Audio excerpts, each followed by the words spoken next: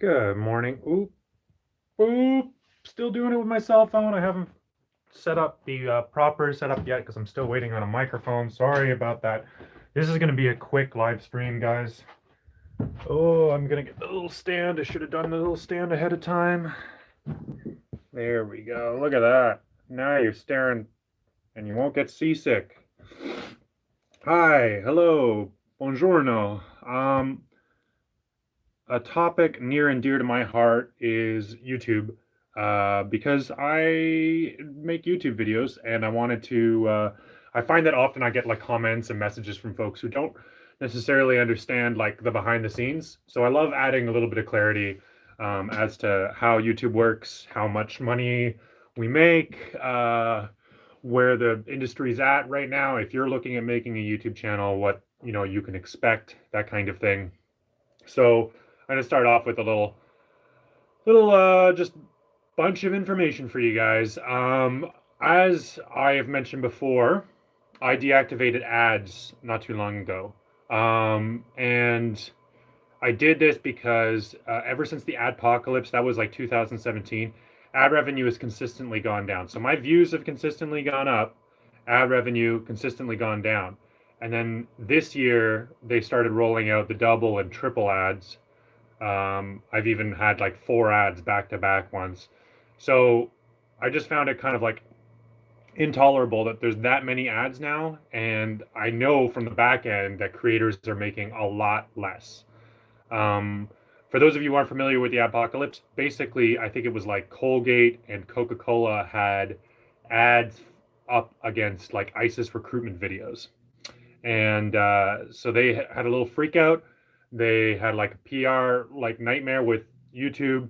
They boycotted YouTube for ads or Google for ads, but that boycott lasted like 8 hours, 12 hours, something like that. And then in that time, YouTube overcorrected and like started the demonetization scheme. And then also like I watched my CPM go from 7 down to 0.002. And that CPM number decides how much you make in ad revenue. So at the time, I was making about just short of $500 a month in ad revenue, and I had I think about 7,000 subscribers at the time, maybe a bit more. Um, Today, if when I just before I deactivated my ads, I was making roughly 35 to $45 a month in ad revenue, and now I have 30,000 subscribers. So just to put that into perspective, it's a big change, and it's been consistent. And I don't need it's not a knee-jerk reaction. This is something that's been going on for a while. So um, I just felt like you guys receiving ads and having to sit through them. I don't like sitting through the ads. Um, so that was like a no-brainer for me. Like I'm not making anything off of these ads, and then you guys have to sit through them by the thousand load. That's not cool. This is the cheapest upgrade to my channel I can do, is just demonetize all my videos. Um, Now, that also means that you've been seeing a lot of sponsored content and shout outs to Patreon, because those two are what is sponsoring most YouTubers these days, what's funding the bill. Um, so on most channels, you'll see like the same kind of brand advertisers like show up.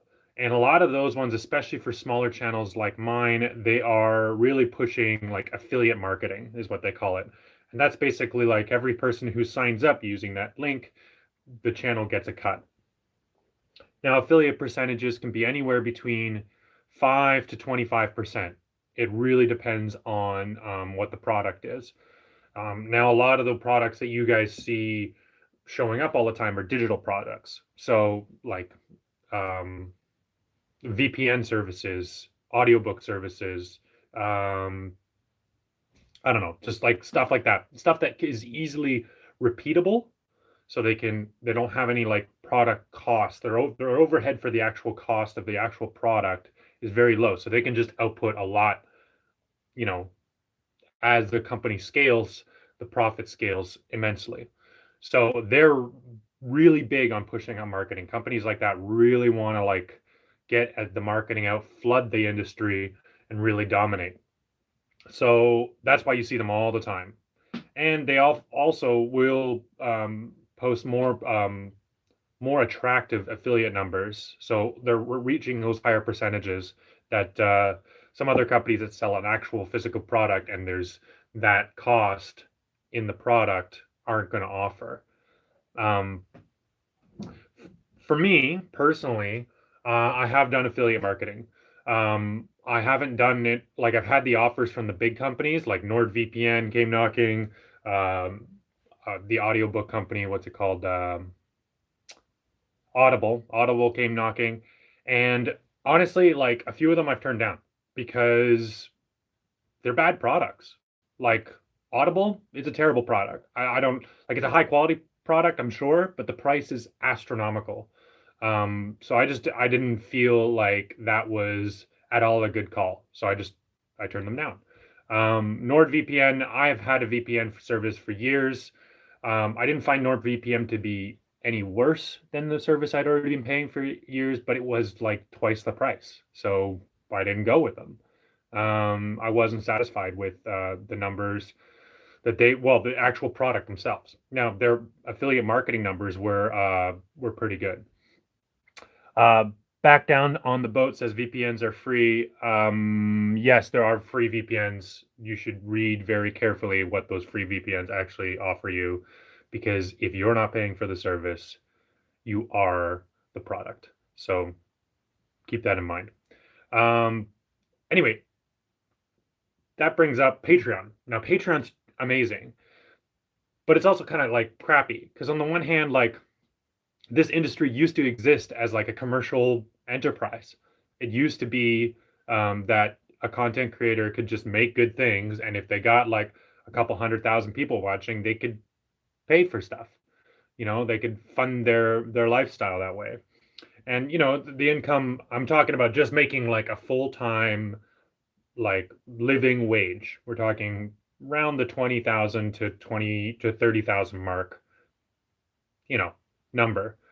But for a lot of those, where's it going with this? Oh yeah, the number of subscribers, the number of impressions you need these days to do that just off of the ad revenue, and of course we're talking about like a lot of damn ads, like an irritatingly large amount of ads. You still need, like, I know plenty of people who have nearly 500,000 subscribers and they're still struggling to make ends meet on ad revenue. And these are people who like are pinching every penny. They're not wealthy at all. So Patreon really fills in that gap. But I mean, I like that Patreon exists, and I also don't like that it has to exist, because it's just it shouldn't exist. This is an industry that, like, we've had TV, we've had radio, we've had media and that kind of thing for like a century now, of digital and analog like media consumption sponsored entirely by ad revenue and by eyeballs on, and that's gone. That industry is in a large part gone. It's I guess what I think we should all expect is that when a company like YouTube has the monopoly on, or Google has the monopoly on controlling those ads, where they're coming from, you can bet your bottom dollar that they are going to abuse that eventually. Eventually, that system is going to fall apart, and the revenue and the power and the money is going to continuously cycle upwards, because that's what happens when you have all that power in one person's hand. Oh yeah, back on the boat, still talking, making mention about merch. We'll get into merch in a second, because I thought a lot about merch, but we'll get into it. And I'm talking to Melissa a lot about merch. She's a viewer who's on my ass about my merch all the time. But Patreon, like, I like it. It is where I get my paycheck right now. Flat out. I'm not making money off of anything else. All the sponsored content you see on my channel right now, like the stuff that you've seen in the last couple of months, has all been me pushing a company to send me products, or them reaching out and offering a product, and me finding that product was a good enough fit for my lifestyle, that helped me out enough and had enough value in it that that I pulled the trigger on it. And so usually I charge 250 US dollars minus the value of the product if the product is a good help for my boat, or like if it moves the project forward, then I'll discount it off the price of affiliate marketing. And the last couple companies have sent me out things that are 250 US dollars or more worth of product. And with very few exceptions. There's very few exceptions to that rule. So, and honestly, part of that also is just like me, like messing around, like they offer me something that I think is cool. I'm going to jump on it because that's one of the perks of doing this thing. Like I can just be like, like, oh, like there's a watch company coming on. Now, does a watch really help my boat? No, it doesn't. Do I want to watch? Yeah, I do. And is it worth like 200 bucks to me? 300 bucks? Yeah. I mean, a nice watch, if it's nice. Sure. So I'm going to give it a shot. And I said, well, screw it. I can make those calls, but like, I'm actually going to use the product. That's the thing, right? Like if it was like Audible, where they're going to charge me $30 for every audiobook I want to read, plus a monthly fee, I'm not going to use that product. It's not going to happen. They didn't even offer, this is the best part, they don't even offer like their content creators like a freebie, which I guess is more like fair, because then like the review is actually fair, but it's just like, guys, anyway, it's stupid expensive. Screw that program. I hope somebody comes in and undercuts them. I've seen a few other companies that just don't spend the marketing dollars, but there's a few other companies out there. So, I like audiobooks. So I am keeping my eye out on an alternative to that one. But yeah, so that's like product placements. Those are the ads you see. A lot of YouTubers who do them if they don't make their money off Patreon, that's pretty much their only source of income. It will be like selling you their own products, merch, or selling you somebody else's products that, like pays the bills, an affiliate marketing piece. So let's talk a little bit about merch then. The merch stuff is kind of like, I had merch. I had a drop shipper. The prices were pretty high. The product quality was high. I was satisfied with the product quality, but I just got into one because it had toques, the kind of toques I wanted, which, like, I swear to God, it's like lying. I just wanted a toque, so that's why I did the merch, just to get my toque. And I jumped into it for a while. Am I wearing one of my? No, I'm wearing. So this is merch from another channel called Where's My Office Now? They're like a big van life channel that I was really into back when I was before van life and all that. And so I have one of their shirts. Now this is definitely like a drop shipped shirt. Good quality cotton, good with a synthetic blend, which I like. And it's a good quality shirt. I've had it for like 4 or 5 years. So you can get good quality on that. The problem is the profit margins just aren't there. Like I was making $2 or less off of every shirt, and the company's like, they're really trying to make it as cheap as possible, still delivering a product and having consistent deliveries. And that's fine. I think that's great. The thing with merch though is like, I am like touting a minimalist lifestyle, supposedly. I'm surrounded by like plywood and junk right now. But the point is that I don't really believe that you need a t-shirt. Like I don't think that that's something that's going to like help you in any way. Other than cover your nakedness and your shame. So I just don't see the value for my channel personally. Now I know a lot of other channels, like especially as they get bigger, they can run much bigger like merch drives, and that involves usually like buying stuff themselves, silk printing stuff themselves, or using a company that will do a big batch at once. The profit margins are higher on those, so they're able to make more money. So I found it's kind of like affiliate marketing in a way. When you see the bigger channels do it, they know that like per person the numbers can be pretty small, but if they can wrap a huge amount of people in, that gives them more leverage for like demanding higher rates on affiliate marketing. That gives them more leverage with these merch companies and dealing with like big batches that they can drive the profit margin up on each piece. So it's good. It's great for like the those creators. But personally, like the I don't think that there is that much value in the merch for this particular industry, for this particular um, kind of like drop everything, hop in a boat and sail off into the sunset kind of industry. Like, have you met sailors? They don't exactly wear shirts very often, you know? Like, what's the big deal? Like, I just don't feel like it's helping out really. And so that is that. So what it comes down to is basically, as it stands right now, my CPM has gone back up a little bit, but the numbers I'm seeing come in are still way, way, way down. So I'm still making like $20 a month off of ad revenue, but that's just the residual ad revenue on old videos that get some views, but I have a lot of them up there. I have almost 700 videos on my channel. So those trickle in a little bit of ad revenue every month. And right now it's about 20 bucks. My Patreon says I'm making, I think, 320 or $350 an episode. I'm not. I don't know why Patreon does this.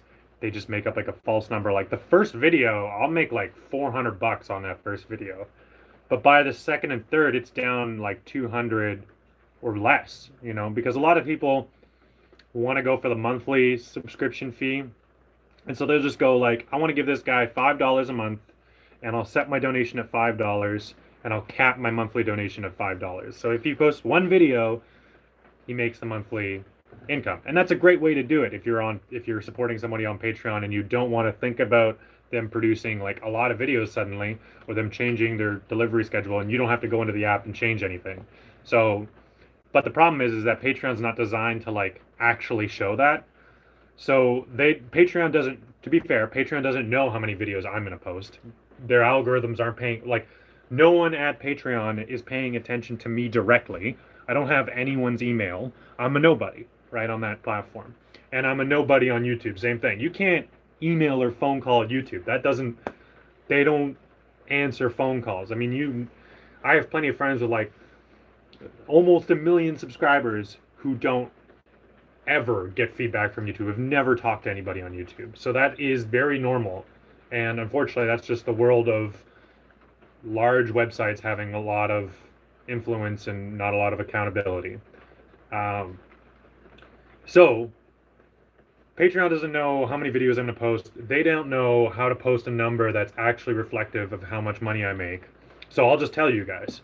Last month I made $0. I didn't post any videos. This month I'm likely to make about 800 US dollars.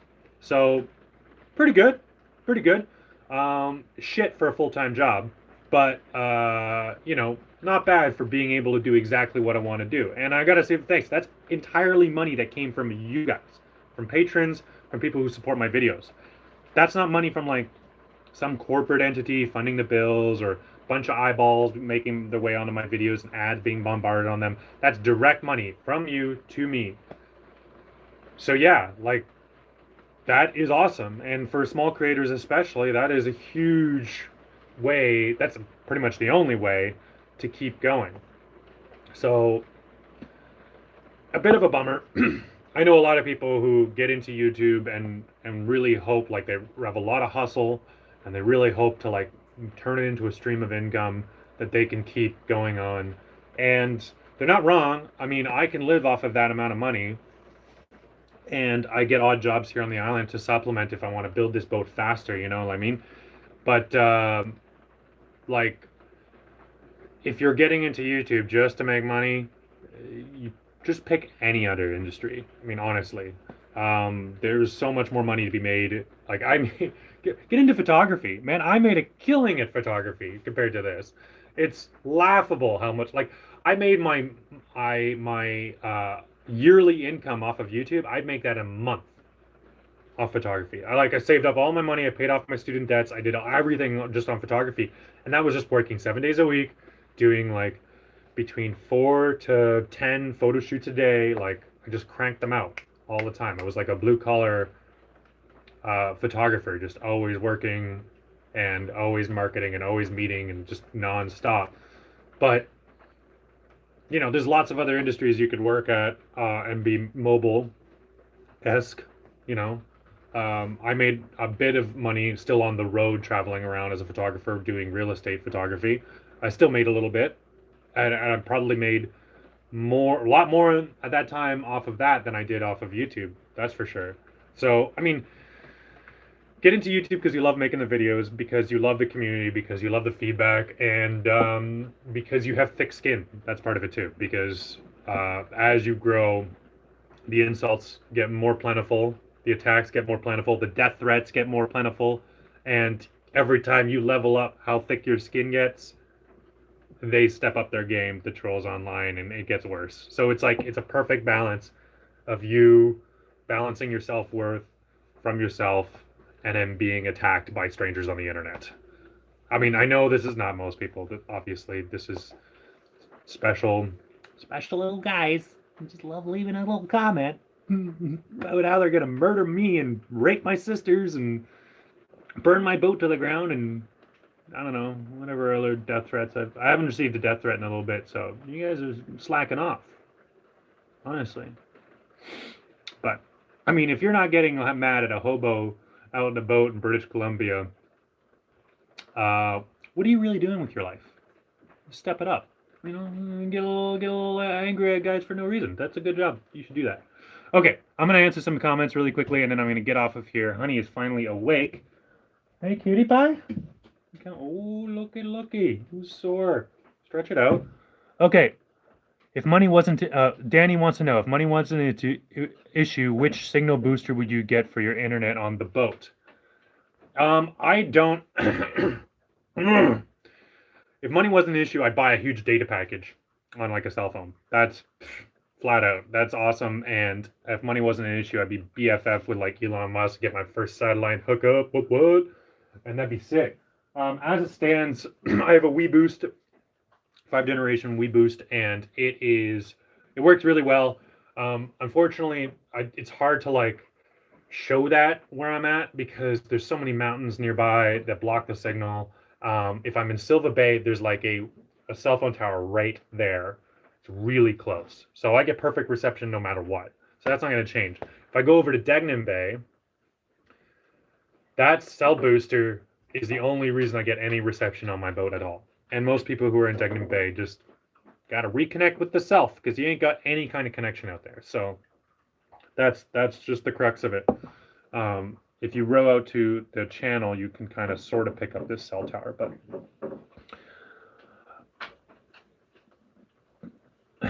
Captain Barry wants to know if I'm in the process of telling him how broke he's going to be. I'm like, yeah. Just stick on the vintage clothes train, bro, and do this because you love it, not because of anything else. Okay, back down on the boat is fine. I just signed on to my Patreon, so go buy yours. Oh my God, new patron! It's the first one I've gotten in a while. Well, thank you. I appreciate that. And I'll pour a cup of coffee in your name. How about that, eh? Always a little bit more caffeine. Honey, I ran out of dog food this morning, so I had to make Honey some potatoes and eggs. She's just loving it. Porky wants to know if I can run faster with no beard. Yeah, that's true. Yeah. I'm way faster, and also I haven't been carded yet, which I was kind of expecting. So I think I just like look a little bit more tired than I did last time I didn't have a beard. But it's been like I think 5 years since I last had a clean shave. On the net long enough, you get to see some bilge water, says Robert. Yeah, that's a good analogy. I like it. I think Glenn says, I think I'm wrong about the merchandise not being of your point of view, but because some people are proud to associate themselves with your channel and want to keepsake, if you like. I agree. So I understand that. So like my viewers are kind of split. Actually, most of my viewers are men between 35 and 65. And most of those men have liabilities. They have a family, they have a home. They can't just like take off. Now, some of them are retired, and so they are starting to travel. Like Jack, I see Jack came up here not too long ago. I didn't get him on camera, but he's starting to travel. He's retired now. I think he's retired. Pretty sure he's retired. Jack's gonna watch this video and he's gonna tell me he's not retired or something, and I'm all wrong.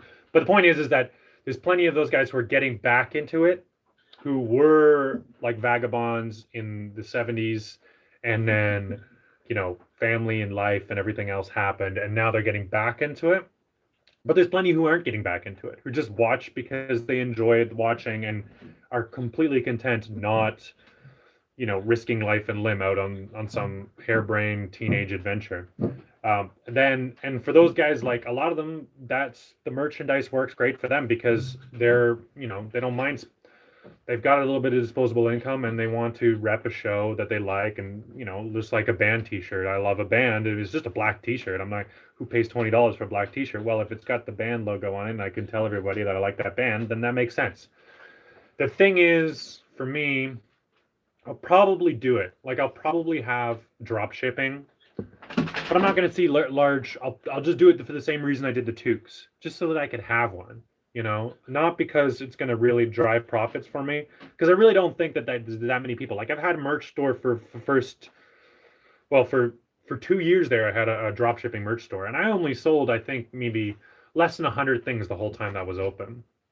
So it's there for those who want it.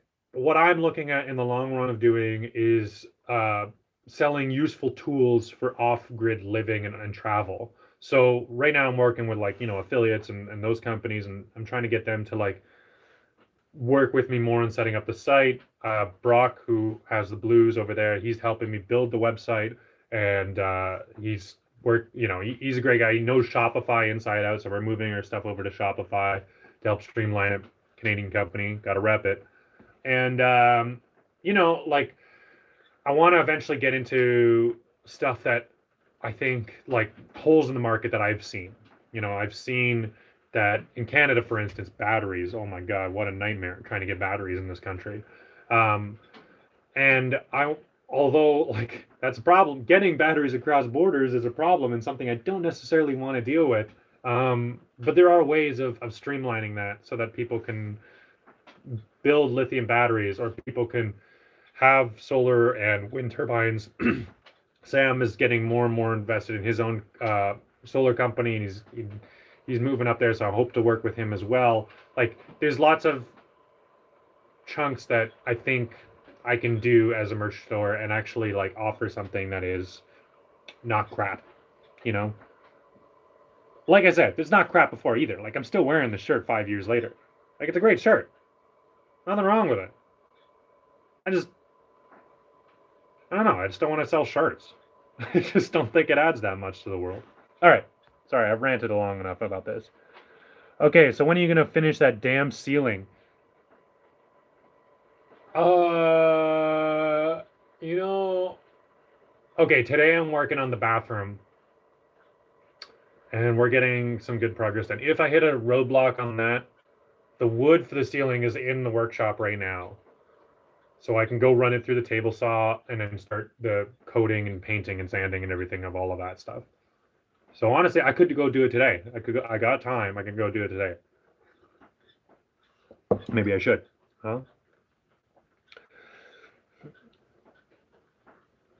Josie wants to know, or Jose, I don't know actually, if I can connect to Silver Bay Marina Wi-Fi. I already have Wi-Fi here on the boat. It's not a problem. That's what I'm on right now.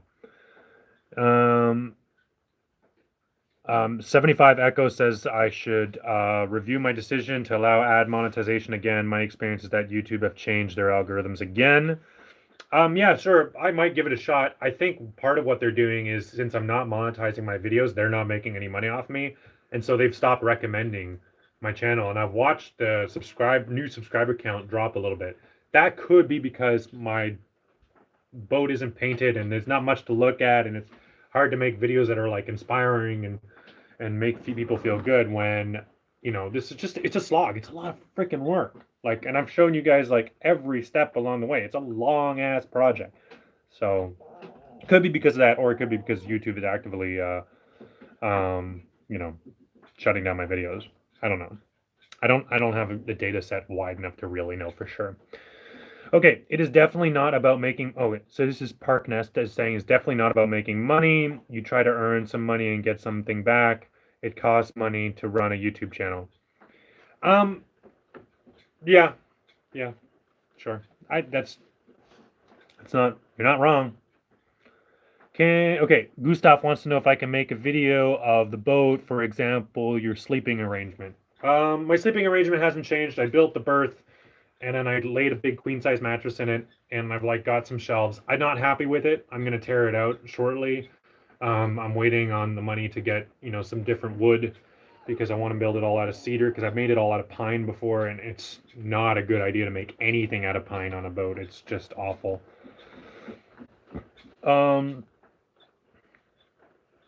Back before the adpocalypse, it was okay, but now it's a joke. Yeah, fantastic. You get it, man.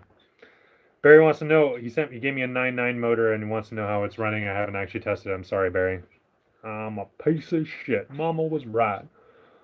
Yeah, Barry, maybe I should hit you up on that. We'll get you on the back end and you can help me set up the retail, online retail stuff because it's definitely part of it. Like right now, I want to find a way of pairing the affiliate marketed pieces that I'm not actually fulfilling the orders, but that I'm marketing for, and just having a page that I can send people to be like, hey, look, these are the products that you see on the videos. Stuff like that. And then also start tying in like basic drop shipping stuff like the toque. I want to get back to making toques and that kind of thing. It gets done when it gets done, says Back Down to the Boat. The only time restraints you have are the ones you set yourself. That is very true. It's very true. Sanity is probably a main one. I want to see this thing sail more than any of you guys, honestly. And so if you're feeling like you really want to see it sail, just imagine how this lunatic feels.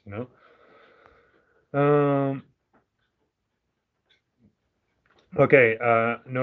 Okay. So hold on. I'm just flipping through. A few of these are just repeats, so you'll see it. And when you watch the archive video, you'll be able to see that I've answered your questions just before. Sorry, I'm not ignoring you.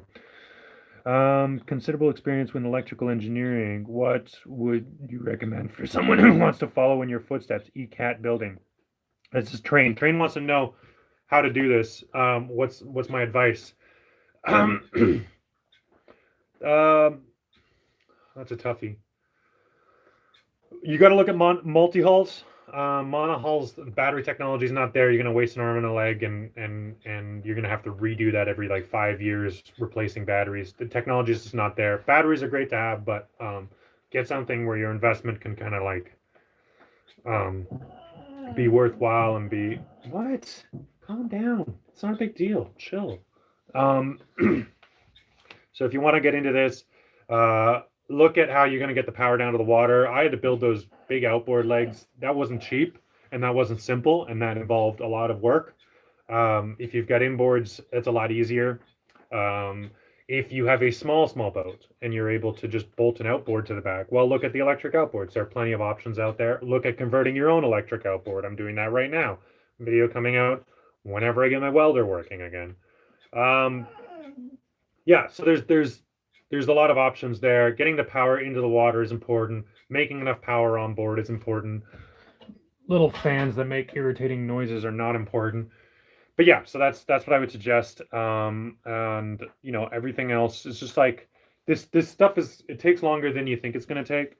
So the boat, if you can make enough money to invest in a boat that's like almost there. Like honestly, if you can get a boat that's like perfect, but the engine's destroyed, perfect. That would be the perfect boat to like jump into. And you got to make sure, of course, that there's less resistance in the water on that boat that slips through easily so that you can power it off of electricity, because you're not going to get the power. You just don't get power the way you get it out of a diesel. Diesel's like you can carry hundreds of gallons of fuel, which is incredibly energy dense. So it's like it's hard to justify a monohull on the solar electric game. Of course, Sailing Uma do it. There's plenty of other monohulls that go out and do it. Rigging Doctor does it.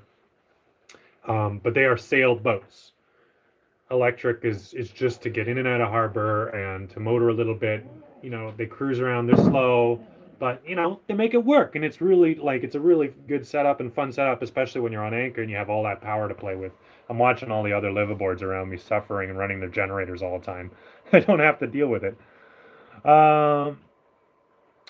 Jose also wants to know how I have Wi-Fi. I did a video before. I'm going to follow up with a second one, but Alpha Networks sent me out one of their booster setups. It's the Wi-Fi Camp Pro 2. It is amazing.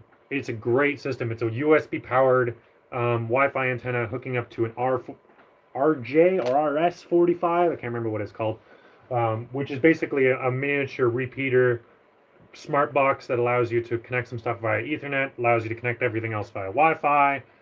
Very small, very affordable system, and it's working the treat. So there's a network on shore that I'm connected to and paid to connect to, and it works out really well. So love it. Very, very happy. I don't know how, Andrew says, I don't know how much research you've done, but when the Starlink network is officially usable, do you want to be a good do you think it'll be a good option for your boat? Yeah, it's going to be freaking great for all sailors everywhere. Even if the price is like equivalent with like cell phone plans, which in Canada are incredibly expensive, it would still be worth it. You know, it would still be worth it to a lot of folks. So I'm concerned as to how they're going to get that much bandwidth traveling that much distance without there being consistent, like almost unusable amount of lag, but I haven't done enough research to actually know how it works. So yeah, studio, okay, monetize the videos. I have YouTube Premium. You get money from what I'm watching for free. Guaranteed. Yeah. I'll think about it. I mean, I'll maybe post like one video if I think a video is gonna be very popular, then I might monetize it. So when I put the paint on the boat, for instance, I might monetize that video and just do a little test. Okay. SV Linda wants to know where I want to sail to first. I get to ask this question all the time. I just want to move. Okay. March, I'm hanging a rudder. The motor will be on there, and I will be at Motor Boats. I want to be able to motor out to anchor out here, and then motor back to Degnan Bay, and then motor over to Valdez, and motor over to De Courcy. And all of these are like 1 hour or less of running the motors. But I just want to know that I can do it, and I'll do tests on how the boat moves and how it groans, and then that'll inform my repairs and my modifications moving forward.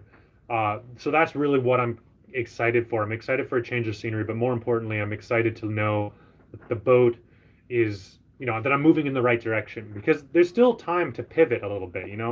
I don't have masts on board yet.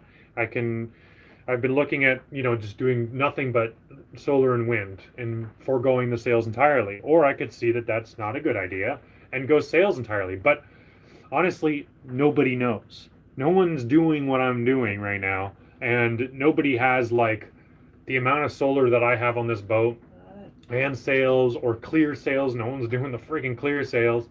No one's doing massive wind turbines combined with solar. Like there's a lot of options out there, and until I get out there and start moving the boat and actually seeing how this works, I don't know which way I really want to go.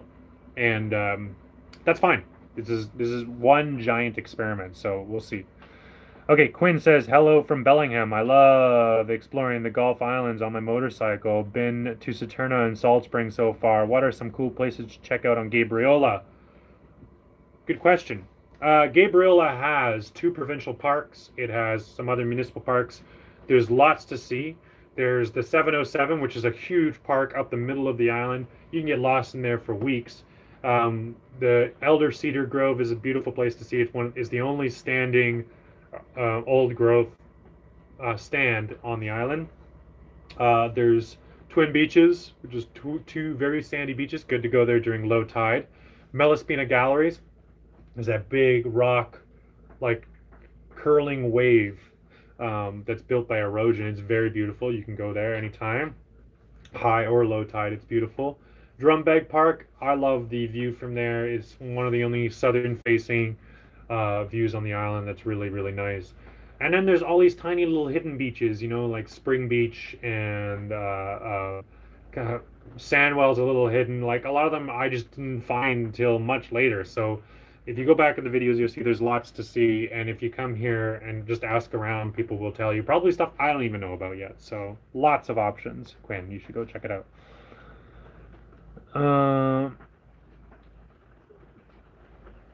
It's a shame okay, so MC Tony says it's a shame you can find a way to get power from the waves when you get parked up. Can't find a way to make.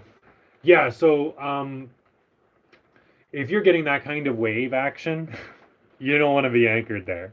So I'm not worried about the waves.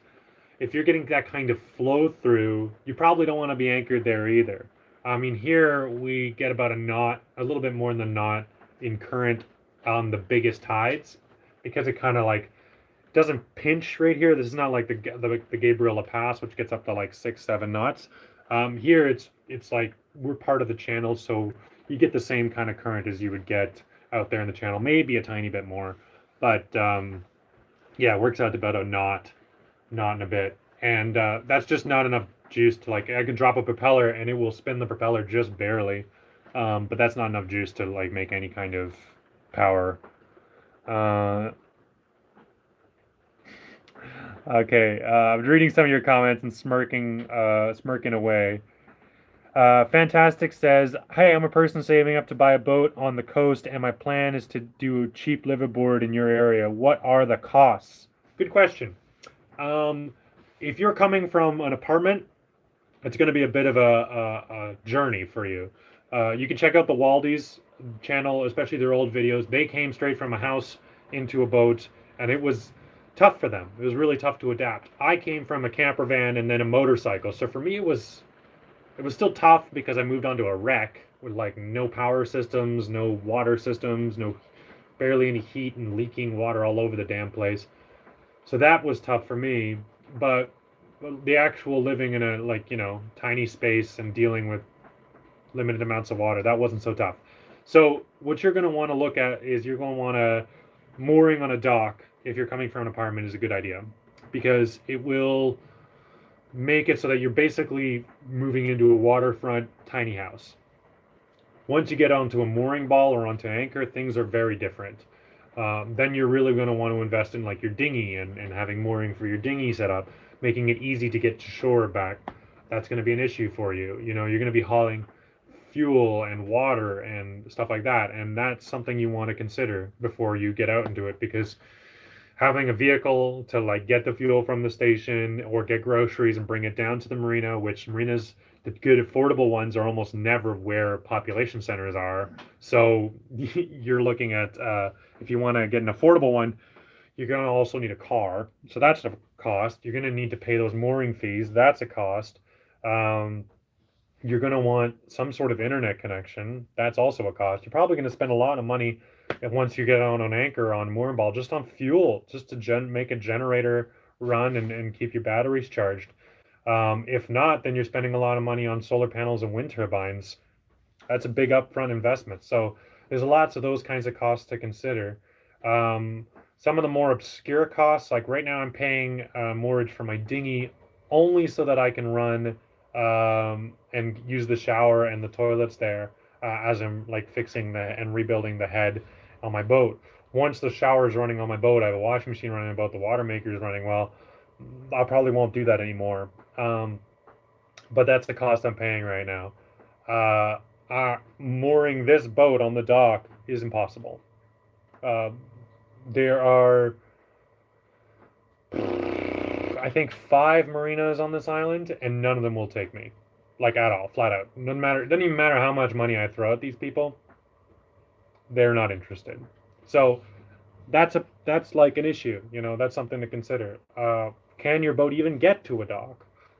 Are they going to accept it? Can you get insurance? Because a lot of the docks require insurance on your boats.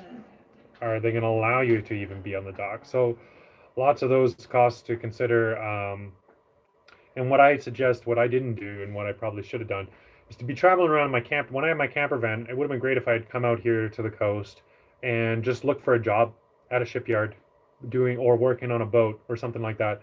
It would expose you to the industry. It would teach you what you want to use, what you don't want to use. It would also make all these deals that happen, like word of mouth deals on boats, just that's how you make those ones happen. You have to be part of the community. These, especially island folk, are notoriously isolationist and xenophobic. They don't like messing with people off island, flat out. They were rude as shit to me when I first got here. They're not nice people to strangers. And then, eventually they start talking to you. But it took a while. These are like a little feudal community. Okay. Dave is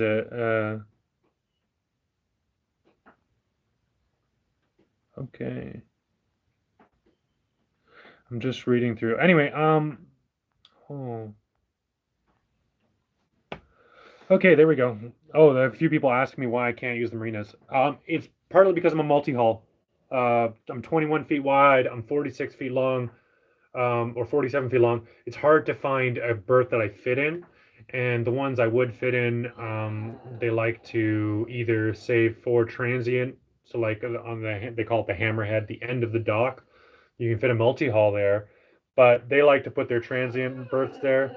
So basically, they don't allow you to pay a monthly fee for those ones. I could, in an emergency, go there, but I'm looking at $100 a night, probably or more. Um, and that kind of money is not anywhere near the ballpark. And that's if they're feeling generous, honestly, because they know that I'm like a live aboard, whatever. They probably wouldn't let me there either. There are plenty of docks and marinas that won't allow liveaboards at all. Government dock, Degnum Bay, no liveaboards. The one in Degnum, the private dock, technically in Degnum Bay is no liveaboards, even though there was one this summer and last summer. So I don't know. That's why and you'll honestly, especially on the West Coast, I've found if you call up a company and be like, I would like to give you my patronage as a customer, they're like, okay, bye, and they just hang up on you. They're not interested in capitalism, making money, or keeping their business running. It's you have to twist people's arms just to like get them to take your money around here.